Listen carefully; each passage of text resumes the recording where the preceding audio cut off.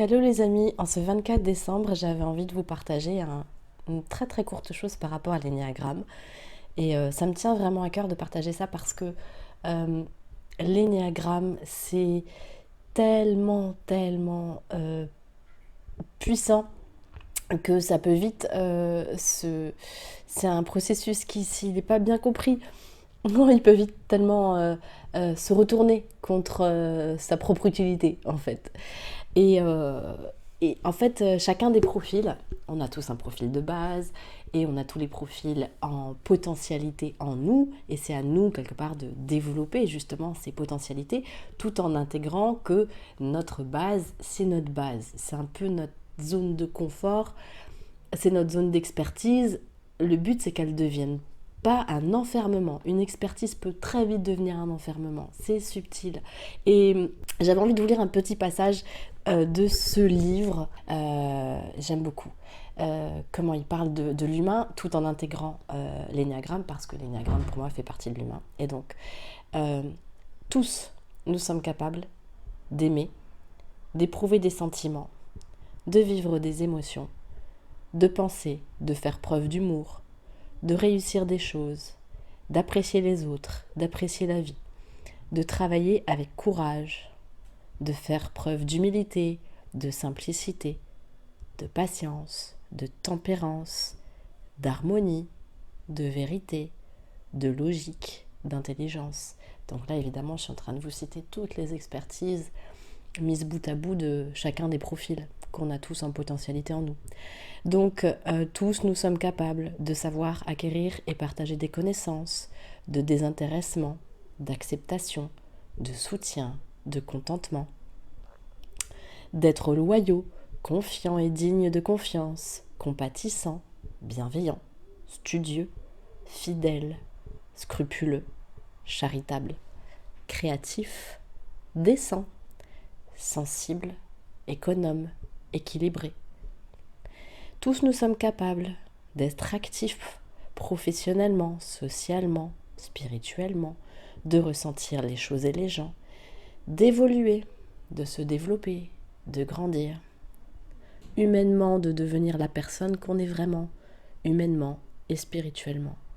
Beaucoup ont peur de la souffrance, peur de la colère, du vide intérieur, de l'échec, des conflits, de la faiblesse, de la banalité, de reconnaître leur importance. Là aussi, je vous parle des différents profils et de leur peur de base, plus incrustée qu'une autre, qui se révèle sous stress. Mais en tout cas, on les a toutes. On les a toutes, d'accord? C'est ça, on a tous ça en nous. Mais, mais ce qui nous différencie les uns des autres, c'est l'ordre dans lequel certaines qualités prédominent par rapport à d'autres. Voilà, et ça révèle bien cette dynamique de l'énéagramme. Je poursuis. Tous, nous pouvons être coléreux, paresseux, envieux, peureux, avaricieux, menteurs, culpabilisants, dévalorisants à l'égard des autres ou de soi-même. Tous nous pouvons être intempérants, inconscients, illogiques, indolents, narcissiques. Tous nous pouvons manifester de l'orgueil, de l'indifférence, de la dépendance vis-à-vis de choses ou de personnes, tromper les autres et soi-même.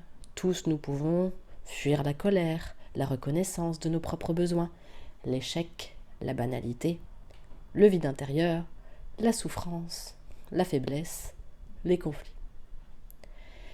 Nous sommes capables d'agressivité, de hargne, de colère, de faiblesse, de mensonge, de paresse, d'envie, d'excès, de luxure, d'intempérance, de lâcheté, d'avarice, de gourmandise, d'avoir peur, d'être triste, de s'abrutir, de se projeter dans les autres, de réprimer les autres, de jouer un rôle, de s'isoler, d'introjecter, de rationaliser, de pratiquer le déni, tout ce que font les différents profils énéagramme quand ils rentrent dans leur stress personnalisé de leur type.